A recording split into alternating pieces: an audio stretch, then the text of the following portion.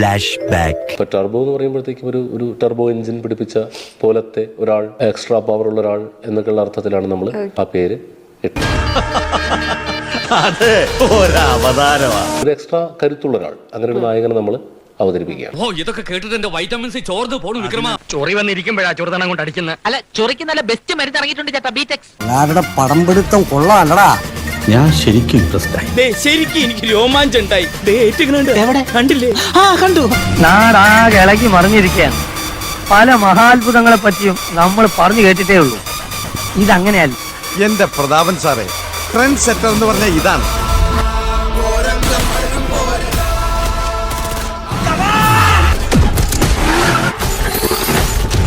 ഈച്ച കയറും വായടയ്ക്ക്.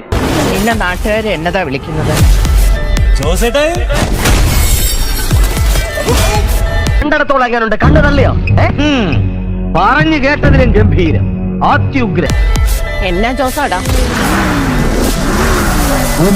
ടർബോ ജോസ്. നമ്മൾ വിചാരിക്കും നെടുന്നുള്ളം ഡയലോഗ് ഒക്കെ അടിച്ചിട്ട് കുളമാക്കും. ഇത് വെറുതെ തോക്കും കൊണ്ട് കയ്യിലെടുത്തിട്ട്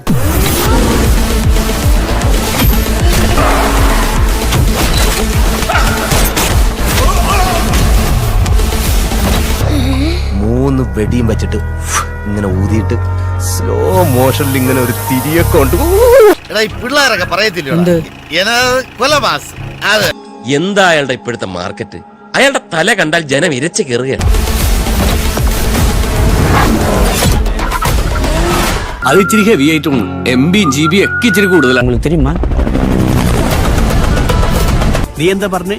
ഇത് നായകന്റെ ഇൻട്രൊഡക്ഷൻ ആണ്. ഇത് നായകന്റെ അല്ല, വില്ലന്റെ ഇൻട്രൊഡക്ഷൻ.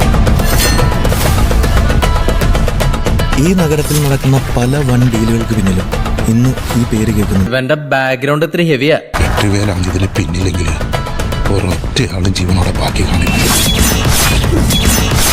കണ്ടിട്ട് ആള് മോശക്കാരനൊന്നുമല്ല, ഇയാൾ തല്ലി വീഴ്ത്തുവോ? എന്ന് ഞാൻ പറയുന്നില്ല, കാരണം ഇനി നമ്മൾ തമ്മിൽ കാണില്ല. ഈ കളിയുടെ അവസാനം എങ്ങനെയാണെന്ന് സാറിന് വല്ല പിടിയുണ്ടോ? മാറ്റടാ ഗിയർ.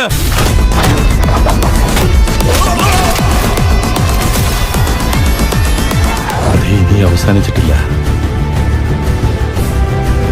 ഈ ക്ലൈമാക്സിന് ഒരു ടൈലന്റ് കൂടി ഉണ്ടായിരുന്നു.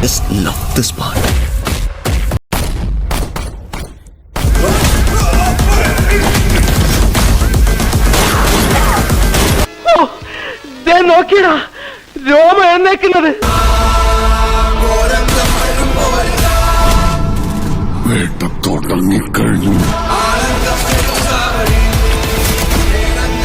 ഞാനിവിടെ വീഴുവാണ്. എന്റെ കൂടെ ഒരു 10-15 പേരെ നിൽക്കാം.